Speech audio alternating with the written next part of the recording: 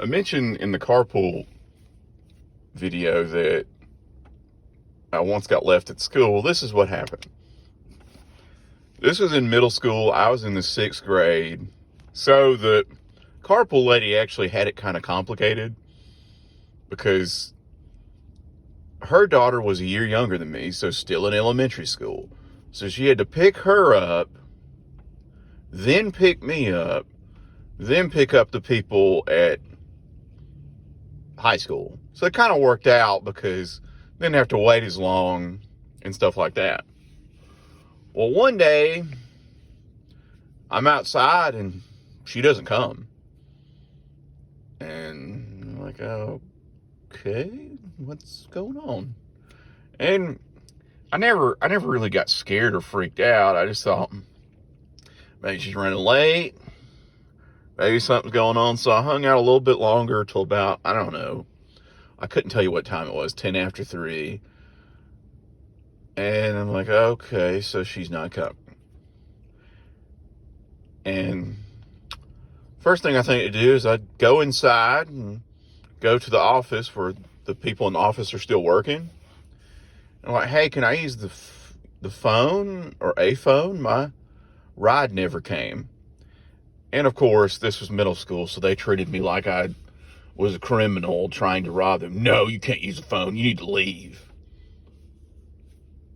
And I was too young and polite back then to argue like I would have now, because now I would have been like, I need to use the phone. I'm kind of trapped here. This is abandonment. There's some issues here that need to be addressed. But no, I just didn't say a word. They wouldn't let me use the phone, so started wandering the school. Saw a guy I had PE with. I was like, what are you still doing here? Time for time. I've missed too many days. So I wandered around the building for a while. Didn't really know what to do because there were no cell phones, and my grandmother, I guess, didn't notice I wasn't there, just thought something else was going on. So she wasn't freaking out, and there was no cell phones anyway. So the thought that she might come to the school and pick me up herself didn't happen. The only saving grace during that time was my sister and her friend had band practice after school. So I knew as long as I was close to there when band practice ended, I don't remember when it ended, like 4 o'clock.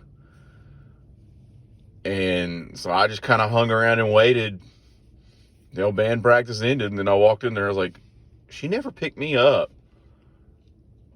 And my sister's friend, she was like, oh, I'm so sorry. I'm so sorry.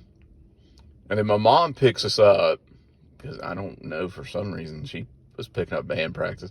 And I waited until she dropped off her friends and I had to come apart. Like everything that went on that day, I was so mad. And I figured my mom would, I don't know what she would do, because she banned my grandpa from picking us up, but she didn't do anything. She was like, oh, well, I'm sorry that happened.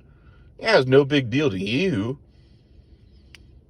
Wandering around the school, wandering around the scary middle school with the office people that clearly didn't give a shit about my well-being or anyone's well-being in general, wouldn't let me use the phone. I mean, that was ridiculous. It was after school. I can understand during school, because during school, if they let one person use the phone, 100 people would come to use the phone, and they couldn't do that because it was the office. It needed to function as an office and not as a call center, because there was a payphone, but I had no money, of course, because this was 6th grade and most 12-year-olds don't have a full-time job or any money. But I was so mad because it showed me, which is why I'm still salty about it, how adults treat kids. They just think, oh, he's up to something. He's up to something. He wants to use the phone. He's probably going to use it to call in a bomb threat somewhere. No, I just wanted to call my grandmother. I don't want to hang out here.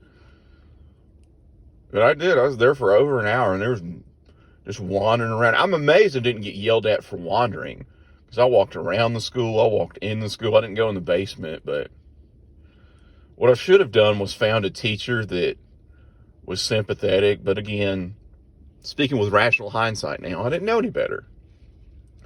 And most of the teachers either didn't know me or would have shown the same contempt the office workers would have. But that was what it was like to get left at school.